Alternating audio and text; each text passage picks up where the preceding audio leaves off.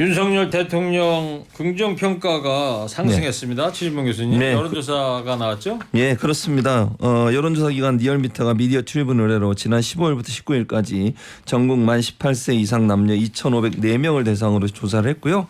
이번 조사는 자동응답 방식으로 응답률은 3.2%고요. 표본 오차는 95% 신뢰 수준의 플러스 마이너스 2.0 포인트 퍼센트. 네. 자, 퍼센트 포인트 죄송합니다. 이게 더우니까 갑자기 발음이 잘 안 되네요. 날씨가 더워져서. 자세한 내용은 중앙선거 여론조사 심의위원회 홈페이지를 참고하시면 되고요. 네. 결과를 말씀드리면 윤석열 대통령 국정수행 긍정평가가 39%로 나왔습니다. 취임 후에 4주 연속 첫 상승세를 보였고요. 한미 정상회담 후 4주간 이제 지속적으로 상승해 총 4주 동안 상승한 퍼센테이지가 6.4% 네. 포인트입니다. 그러니까 오늘 나온 거는 이제 39가 나온 거고요. 네, 그렇습니다. 예. 자, 이 상승한 여론조사 결과 분석을 한번 해보죠. 먼저 서정욱 변호사님. 먼저 이제 그 잘한 거는요. 예. 결국 이제 그 외교 있잖아요. 이번에 그 거의 우리나라가 이제 글로벌 중추 국가로 우뚝 선 정말 이게 자랑스러운 외교 성과 이게 아마 잘한 것 때문에 G7. 올라간 게 있고요. 그다음에 또 상대적으로 민주당은요. 김남국의 코인 게이트나 또는 이제 송영길 대표의 돈봉투 또는 이재명 대표 사법 리스크 이런 것 때문에 그 하락한 이런 데 그 두 가지 측면이 있는 걸로 보입니다. 네. 최진봉 교수님. 아무래도 이제 이번에 한미 정상회담 이후에 계속 상승한 걸 보면 한미 정상회담, 뭐 한일 정상회담 이런 외교가 일정 부분 영향을 미친 것 같습니다. 특히 중도층에서 어느 정도 좀 기다려 보자 또는 그 열심히 하는 모습에 대해서 평가를 하는 것 같고요. 다만 여러 가지 이제 그 부정적 요소로 전환될 요소들이 많이 남아 있습니다. 뭐 나중에 얘기 나누겠지만 후쿠시마 오염수 문제란 이런 문제는 아직 그 폭발력이 남아 있는 그런 이슈들이기 때문에 여기서 어떤 경우가 나오느냐에 따라서 또 언제든지 지지율에 변화가 있을 것으로 보여집니다. 알겠습니다. 자, 윤석열 대통령의 G7 정상회의 참석이 이제 다 일정이 마무리되고 이제 귀국까지 했습니다. 이번 G7 장면 중에서 두 분은 가장 눈이 띄는 장면이 있다면요? 뭐 저는 이제 그 원폭 히로시마 나가사키 그 원폭 피해 있잖아요. 우리나라 이제 대통령으로서는 최초로 그 대표단을 만났거든요. 그동안 이게 우리가 지금 해방된 지가 언제입니까? 광복된 지가. 근데 그동안 보수든 진보든 아무게 대통령도 안 만났다는 것. 이게 저는 정말 놀랍습니다. 외국 그 일본에 있는 분들 우리 동포 아닙니까? 오히려 이제 그 타향살이 하다가 진짜 이게 원폭 피해를 봤는데 너무 이게 우리 조국이 무관심한 게 아닌가. 저는 지금이라도 이게 만시지탄이지만 만나서 같이 이게 그 위로하고요. 또 이제 그 지원해주는 이런 데 대책도 앞으로 수립해야 되겠죠. 이 장면이 정말 이게 가슴 뭉클한 국가가 왜 존재하는가, 조국이 왜 존재하는가 이걸 보여준 이런 이게 장면으로 봅니다. 저는 어떤 장면이 제일 눈에 띄냐면요. 윤 대통령이 G7 만찬에 참석했잖아요. 거기에 술로 나온 반주로 나온 거에 그 술이 있었는데 사케. 예. 근데 후쿠시마산입니다. 후쿠시마산 사케가 나와서 눈에 띄었고요. 그래서 뭐 저는 술 많이 드시고 열심히 하고 오시길 바라겠습니다. 왔어요. 왔습니까? 예. 네, 축하드립니다. 잘 오셔서. 자, 윤석열 대통령은 함께 그 한국의 원폭 희생자 위령비를 참배한 기시다 총리에 대해서 용기 있는 행동이란 평가를 했고요.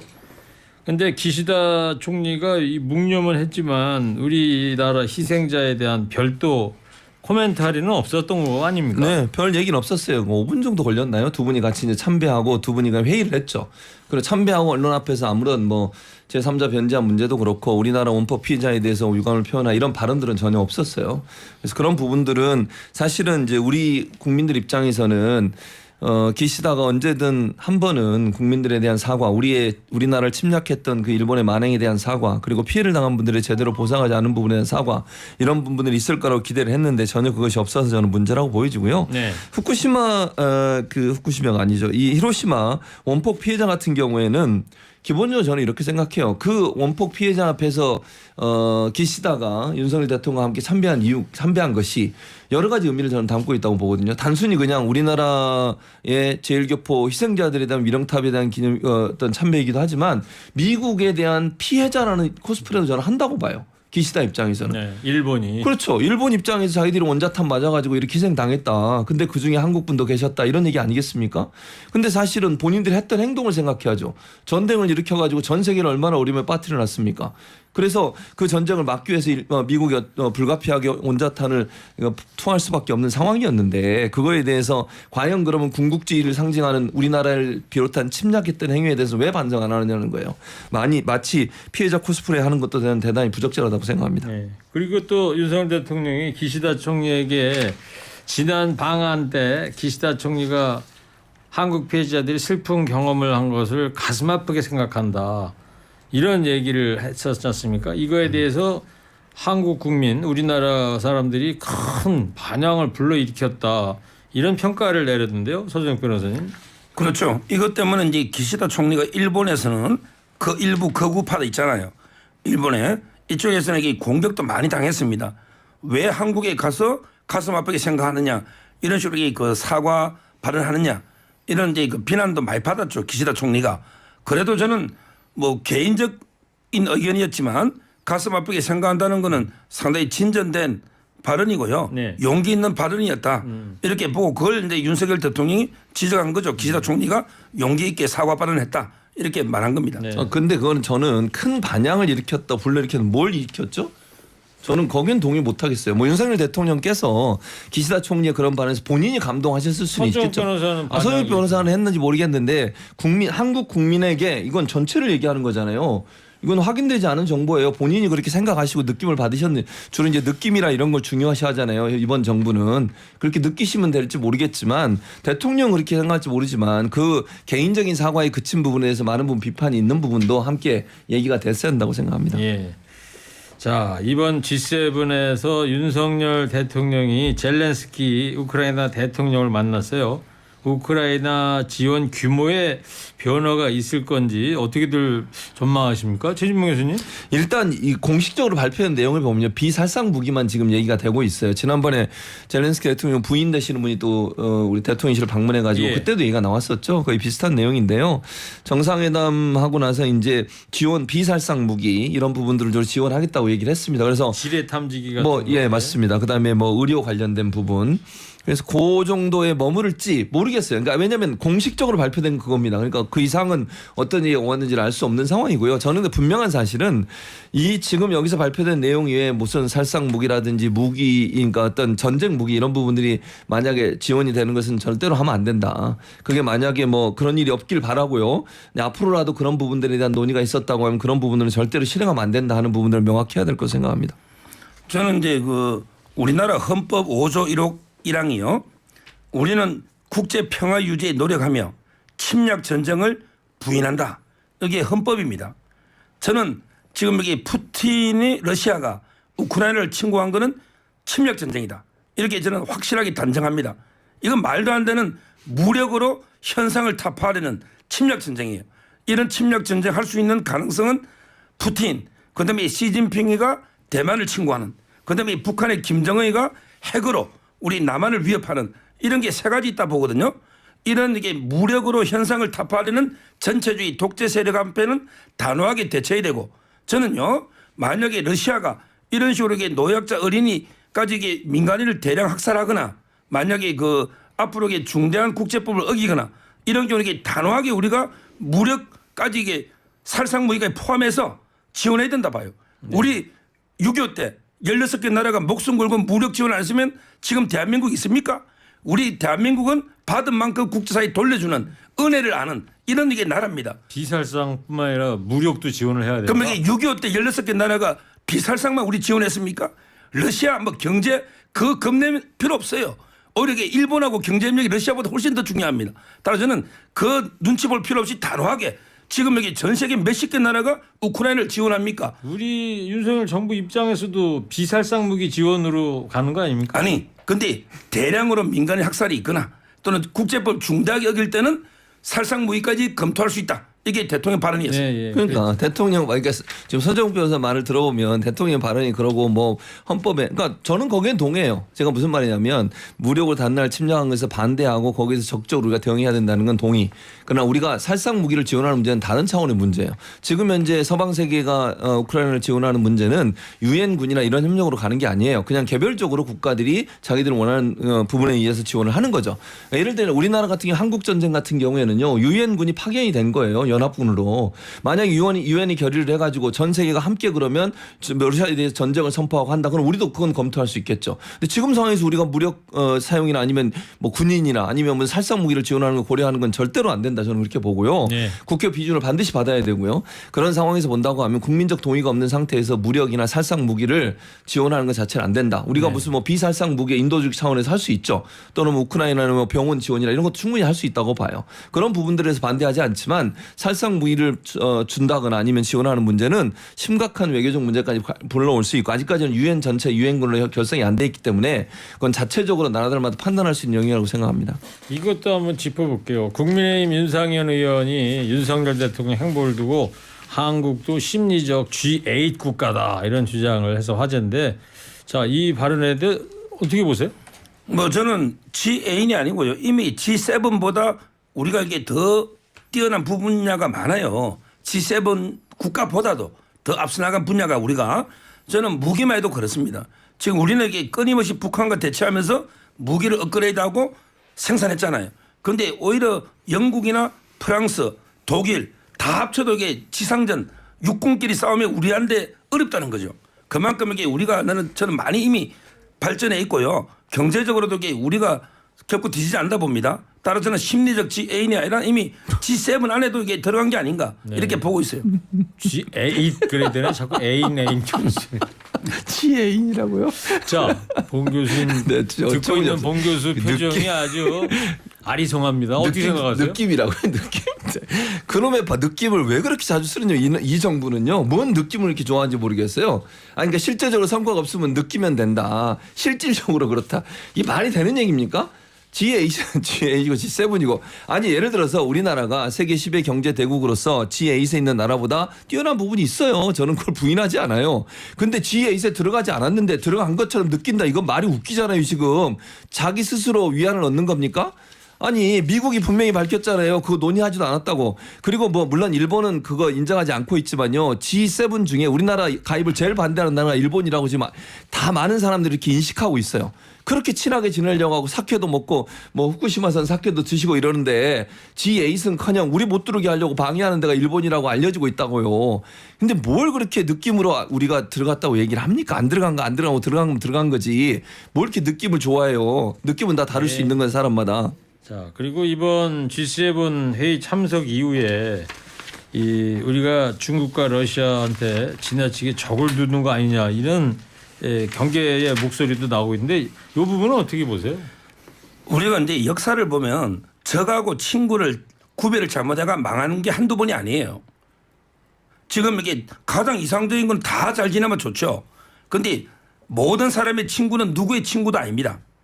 따라서 이런 위기 상황일수록 확실하게 동맹, 친구가 있을 때 적들도 이게 오히려 저 자세로 노는 거죠. 저는 확실하게 미국, 일본, 대만, 우크라이나, 그다음에 유럽, 나토 이게 우리 자유민주체의 가치 동맹 세력이다. 편을 확실히 가려야 된다. 가릴 수밖에 없어요. 지금 위기 상황. 아니 근데 좋은데 그러다가 어떤 한반도에 위기가 닥칠까봐 아니 이렇게 해야 위기가 안 옵니다. 이렇게 단호하게 하면 시진핑이 대만 쳐들어갔다가 갑자기 미국, 일본, 우리나라 다 붙으면 우리도 엄청난 피해를 보겠는데 푸틴처럼 나 이게 완전히 지금 푸틴이 얼마나 후회하겠습니까? 우크라이나 3일이면 먹는다 생각했어요. 근데 단호하게 나토나 미국이 전력 지원해 주니까 오히려 이게 러시아가 고전하고 있잖아요. 이렇게 단호한 모습을 보여주면 꼴이 내립니다. 이게 원래 독재자들의 특징이에요. 글쎄요. 단호한 모습. 말은 좋은데 저는 이게요. 겁나요. 역사를 봐야 되는 게 아니 저도 현역 병장으로 M16 좀 쏟아온 제대한 사람인데 아이고 뭐 그렇게 얘기하다가 진짜 뭔 큰일 터지면 저는 겁나요. 솔직히. 제가 예를 들어 볼게요. 2차 대전이 겁 안 나요, 저 아니 그러니까 2차 대전에 히틀러 있잖아요. 예. 그때 영국이 유화 정책을 펴가 설마 이게 뭐 체코만 주면 폴란드만 주면 끝내겠지. 이러면서 이게 계속 양보하다가 자기는 평화를 했다고 막 영국에서 떠들었잖아요. 이래서 2차 대전이 난 거예요. 처음부터 히틀러 초기에 단호하게 미친 개는 몽둥이처럼 히틀러를 때려팼으면 2차 대전 안 났습니다. 이 역사를 보고 배워야 돼요. 역사를 보는 것이 뭐 그때 자기한테 유리하게 보는 것도 그런 측면도 있는데 이거 최진봉 교수님 아니 그 짧게 이 부분만 짧게 하라고요? 지금 저렇게 많이 얘기했는데 하세요. 서정욱 변호사 지금 뭐 하는 짓이에요? 뭐 적과 친구를 나눈다고요? 아니 외교는요 모든 세계의 나라들이요 경제 분야는 협력하고 뭐 이념적으로 예를 들면 갈등이 있을 수 있어요. 그런 부분들이 있을 수 있지만 그렇다고 해서 그 나라를 절대 안 보는 미국과 중국이 지금 우리처럼 그렇게 막 적대적 관계로 만들어가고 이런 줄 절대 그러지 않습니다. 미국이 뭐라고 지금 이거 언론에 보도된 내용이에요. G7 정상의 공동성명에서도 명시된 것 같이 우리는 미국 바이든 대통령 말이에요. 우리는 중국과 분리하려는 것이 아니라 위험을 제거하고 중국과의 관계를 다변화하려고 하고 있다. 이거 앞으로요 중국과 미국이요 경제 협력을 해요. 그리고 지금 보면 여기도 보면 뭐라고 돼 있나 미중 관계 미국 국무장관하고 뭐 네. 왕이하고 만나니 또 만나요. 그러잖아요. 네. 그리고 경제 관계 관료들도 만나고 다 해요 뒤로. 아니 이것 보세요. 적을 만들어 가지고 중국과 완전히 척을 지면 우리 경제 어떻게 되겠어요? 그 생각 안 해요? 아니 무슨 몰라요. 예를 들면 이럴 수 있죠. 중국이 어떤 행동을 하면서 군사적인 행동에서 비판적 입장을 갖는다고 충분히 가능하다고 저는 봐요. 그러나 그렇다고 완전히 벽을 쌓고 적을 만들어 가지고 서로 대결 구도를 하는 것이 우리에게 무슨 도움이 되겠어요 대체. 알겠습니다. 아니 그리고 북한에 대해서 압박을 가하는 것도 중국과 러시아를 이용해서 압박하는 것도 하나의 수단이에요. 네. 여기까지 10초만, 듣겠습니다. 10초만. 네 하세요. 이렇게 윤 대통령이 원칙으로 나가면요. 북한의 김정은이도 문재인 대통령 보고는 삶은 소대가리 취급하지만 윤 대통령한테는 그래 취급 못해요. 그다음에 시진핑도 윤 대통령이 중국 가면 이제 혼밥 9개 안 줍니다. 단호하게 나가면 시진핑도 김정은도 꼬리 내리고 제대로 대하는 거예요. 뭐 북한은 그렇다 치더라도 중국하고 척지고 지내다가 우리 경제가 휘청되면 어떡합니까? 근데 오히려 문재인 대통령 때 중국이 높은 산이고 우리 낮은 이렇게 저자체로 나갈 때 혼밥 9개를 준다니까요. 오히려 이렇게 나가면 중국도 우리 무시 못하고 제대로 대우한다니까요. 아니 무슨 저자세로 나갔어요. 아니 문재인 대통령이 무슨 저자세로 나갔어요? 그리고 혼밥 얘기 자꾸 하는데 그것도 유튜브에서 어디 떠드는 얘기를 혼밥이라고 하는 개념을 어떻게 정의를 한 거냐면 그때는요. 미국 예를 들면 중국을 방문해 중국 총리나 아니면 중국의 높은 사람과 식사했냐 안 했냐를 혼밥으로 기준을 해요. 윤석열 대통령은 한미 정상회담에서 바이든 대통령 몇 번 밥 먹었습니까? 몇 박 며칠 동안? 그것 빼면 다 혼밥이에요. 그러면 그런 논리로 따지면 그리고 북한이 윤석열 대통령한테 했던 말 기억나세요? 인간 자체가 싫다. 그렇게 얘기했어요. 네. 자 오늘도 아주 치열하십니다 두 분이. 아니, 처음에는 조용조용 가시다가 예. 근데 청취자 여러분 이 두 분이 지난주 월요일날 출연했던 정치파발마 유튜브 동영상 조회수가요 무려 4만 5천회가 나왔습니다. 예. 그 서정욱 보통 변호사 저희 팬들이 허리케인 몰려와서 라디오 콘텐츠가 4만 회를 넘는 거는 이례적인 일인데 예, 하여튼 두 분께 어쨌든 주최 측의 입장에서 감사를 드리고 조회수가 높아졌으니까 하여튼 뭐 출연료는 뭐 똑같잖아요. 개미어리만 특별히 뭐, 하지만 예. 허리케인 파워가 2만 적지 원. 않다는 거 좀 두 분도 좀 기억해 주십시오. 예. 자 여기까지 하고요. 자, 아까 시작할 때 우리 시찰단이 언론 노출 최소화하면서 깜깜이 시찰단이라는 비판 받고 있습니다. 청취자 여러분 이거에 대해서 어떻게 생각하시는지 5글자 받고 있는데요. 몇 분 소개합니다. 뭐가 무서워? 국민 생각해. 눈가리 마웅. 조사 후 실천. 묻지마 시찰. 자 오염수 시찰단 얘기를 해봅니다. 자 이번 G7에서 일본 후쿠시마 오염수 방류 관련해서 IAEA의 안전 기준과 검증을 지지한다. 이렇게 공식 입장을 냈어요. G7에서. 예, 뭐 저는 당연한 게 그 성명이고요. 이제 이 문제는 우리 그 소설의 양치기 소년 있잖아요. 네. 그것도 이제 2번까지는 쏘겠지만 3번째는 마을 주민들이 안 쏘겠잖아요. 그렇죠. 안 나왔죠. 이제 우리 국민도요. 처음에 광우병 때는 쏘갔어요. 진짜 내 송송 구멍 탁 나는 줄 알고. 그다음에 사드 때도 쏘갔어요. 전자파에 몸이 튀는 줄 알고. 근데 성주 참외가 잘 팔리거든요. 이제는 안 쏘습니다. 이제 이재명 대표는 민주당이 뭐 아무리 길바닥에 나가서 헛소리 해봤자 국민들이 저 헛소리다. 이거 다 이제 안 쏘죠. 2번 쏘고봤기 때문에. 그러면 예. 회 좋아하세요? 예, 좋아하죠. 그러면 만약에 일본이 예정대로 7월 달에 방류를 하면 예. 그 이후에 회 계속 먹을 거예요? 저는 후쿠시마 사고 났을 때 한 달 뒤에 예. 일본 가서 회를 엄청 먹고 왔어요. 광우병 때는 소고기만 먹었어요. 사드 때는 성주 참외 엄청 먹었어요. 그거 일반 우리 방사능보다 훨씬 적습니다. 2011년 3월 11일 때 후쿠시마 원전 몇 달 뒤에 갔어요, 일본. 그 해에 몇 예, 달 뒤에 예. 한 6월 달쯤 갔습니까? 예, 그러면? 후쿠시마는 아니고 그 일본에 갔어요. 그러니까 제 말은 이런 게 괴담이요. 진짜 우리 일상생활에 우리 병원 가서 알겠습니다. 그거하고 비교도 안 됩니다. 아니, 그러니까 서울에서 많이 드시고요. 앞으로도 그 오염수도 오시면 깨끗한 거니까 드시고 그러길 바라고요. 일단 이렇게 생각해요. 저는 이게 IAEA 안전 기준과 검증이라고 IAEA가 하는 역할을 봐야 돼요. IAEA가 뭐 하는 데인지 아세요? 원자력을 잘 평화롭게 사용하는 방법들 그런 부분들을 관리 감독하는 거예요. 근데 거기서 무슨 생물학 우리 예를 들면 뭐 예를 들어서 위험한 물질을 먹었을 때 지금 삼중수소가 문제가 되는 거잖아요. 알프스를 거쳐서 나오더라도 삼중수소는 남아 있는 거거든요. 네. 그게 이제 지금 일본의 주장은 바닷물이 워낙 많으니까 거기다가 희석을 시키면 안전하다 이렇게 얘기하는데 그걸 계속 지속적으로 먹으면 서울에서 한 번 먹었다는데 앞으로 계속 드시고요. 몇 년 동안 먹고 나서 그것이 인체에 어떤 영향을 몇 미치지를 보는 년이 사람 아니고 지금 방류 계획이 30년이에요. 30년입니다. 그러니까 그랬을 때 인체에 미치는 영향을 어떻게 IAEA가 검증을 하냐고요. 그리고 해양 오염에 관련된 전문가가 해야지. IAEA는 그게 아니라니까요. 업무 자체가. 거기서 뭐 안전 검증과 기준을 가지고 했다고 하는데 IAEA 기준이 아니고요. 우리 인체에 미치는 영향, 해양에서 나왔을 때 그것이 어떻게 영향을 미치는지 하는 부분, 그리고 생태계에 어떤 영향을 미치는 부분 이런 부분을 전공한 사람이 가야죠. 자, 최진구 교수님, 깜깜이 시찰이라는 비판을 받고 있는 거에 대해서는 어떻게 해요? 당연히 이것도 문제죠. 아니 보세요. 얼마나 자신이 없으면 시찰단 명단도 안 나와요. 누가 가는지도 몰라요 지금.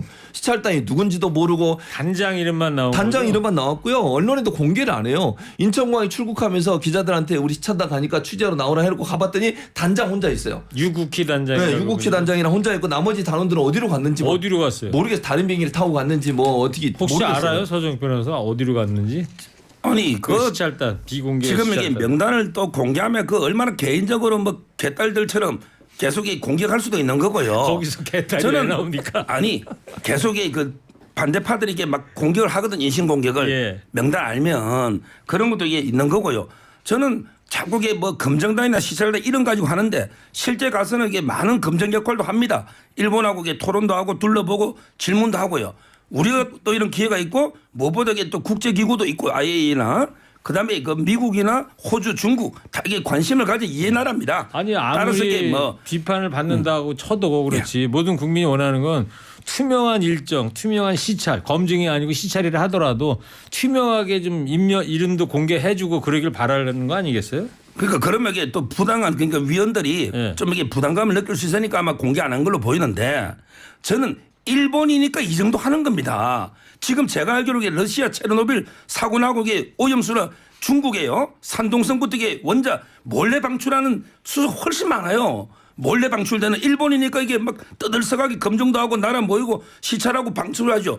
중국 같으면 이게 그냥 벌써 방출했을 겁니다. 몰래. 이게 바로 자유민주 체제와 전체주의 독재 체제 차이예요. 저렇게 중국이 확인된 이야기인지 아니 뭐. 아니 체르노빌 한번 그 상황을 보십시오. 본인이니까 확인하고 얘기한 건 아니잖아요. 그랬을 거라고 지금 얘기하는 거고. 요까지만 좀 네, 얘기를 네. 들어보고 마치겠습니다. 자, 제 얘기 저는요 이거를 밝히지 못하는 게 문제라고 생각해요. 얼마나 자신이 없으면 이러겠어요. 아니 자신만만하면 서종 변호사처럼 저렇게 안전하다 그러고 먹어도 된다고 이러면 밝히면 되잖아요. 서종 변호사 저런 거 다 알잖아 누구든지. 아니 위원으로 가는 분들이 그만큼 예를 들어서 이 명단을 밝히면 더 책임감 있게 일할 수 있겠죠. 그걸 안 밝힌다는 건 뭐겠어요. 혹시나 또 하고 와서 뭔가 좀 그 결과가 안 좋았을 때 거기다 비판을 숨기겠다는 거 아닙니까? 또 하나 언론 취재도 못하게 해요 지금. 취재를 해야 될 거 아니에요. 언론사가 따라가서 언론이 하는 역할이 견제 균형 아닙니까? 비판도 하고 잘못된 거 있는지 없는지 확인해보고 아니 검증단위가 자기들끼리 그럼 일본 관계자 한국 관계자 만나가지고 서로 회의하고 이러고 와요. 그리고 결과도 자기들끼리 발표해. 어떻게 믿을 수 있는데 알겠습니다. 이거를 검증이 안 되잖아요 제가 지금.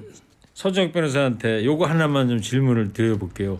이연주 변호사가 제가 어떤 유튜브를 보니까 이연주 변호사, 예, 같은 법조인이니까 제가 물어보요. 그분 얘기는 브레이크를 걸었어야 한다. 예? 가지 않고 시찰단에. 그래야지 나중에 그 일본의 오염수 방류된 것이 우리나라에 어떤 영향을 미쳤을 경우에 제재를 우리가 또 요청할 수 있는 거지. 이렇게 시찰단만 갔다 오고 오케이 이렇게 해버리면 나중에 할 말이 없어진다. 이런 거에 대해서는 어떻게 보세요? 나중에 무슨 일이 생겼어. 제가 이게 이현주 변호사 만났어요 얼마 전에. 네. 빨리 이게 탈당 안 하고 뭐 하느냐고. 지금 이게 국민의힘에 왜 남아 있느냐고. 이게 정치 얘기하지 아니, 그러니까 말고. 그만큼 이게 생각이 편향돼 있으니까 저쪽에 야당 쪽으로 아니, 이미 그러니까 법적으로 어떠냐 이거예요. 법적으로 우리가 뭔가 문제 제기를 하지 않고 그냥 방류를 해버린다면 법적으로 저는 이게 시찰이든 검정 갔다 해서 면죄부를 주는 것도 아니고요. 아, 이제 안 결과를 갔다 봐야 해서 이게 된다. 무조건 책임 물을 수 있는 것도 아니에요. 기본적으로 국제기구가 다 하기 때문에. 알겠습니다. 자, 여기까지 듣겠습니다. 자, 깜깜이 시찰단 비판 제기되고 있는 오염수 시찰단에 대해서 여러분들 생각 5글자입니다. 누가 먹어요? 이용만 당해. 예, 이렇게 또 보내주셨습니다. 자, 오늘 두 분도 한 줄 평 하겠습니다. 먼저 최진범 교수부터 해주세요. 3, 2, 1. 면제부 주기. 이놈! 뭔데 이놈이에요? 얘가 지금 할 소리야? 내가 일본한테 할 소리라고 이게 지금. 아니 출연료도 쥐꼬리만큼 줘서 그러니까 뭐 이런 걸 하는 치면 짓이에요? 어떡해. 자, 서정욱 변호사 해주세요. 3, 2, 1. 괴담보다 과학이다. 이놈! 똑같이 했네. 가서 눈으로 유튜브 보고 있는 게 조회수가 과학이에요? 많이 나와서 아주 네. 공평하게 처리를 했답니다. 정치 파발마 지금까지 최진봉 교수 서정욱 변호사였습니다. 두 분 감사합니다. 감사합니다.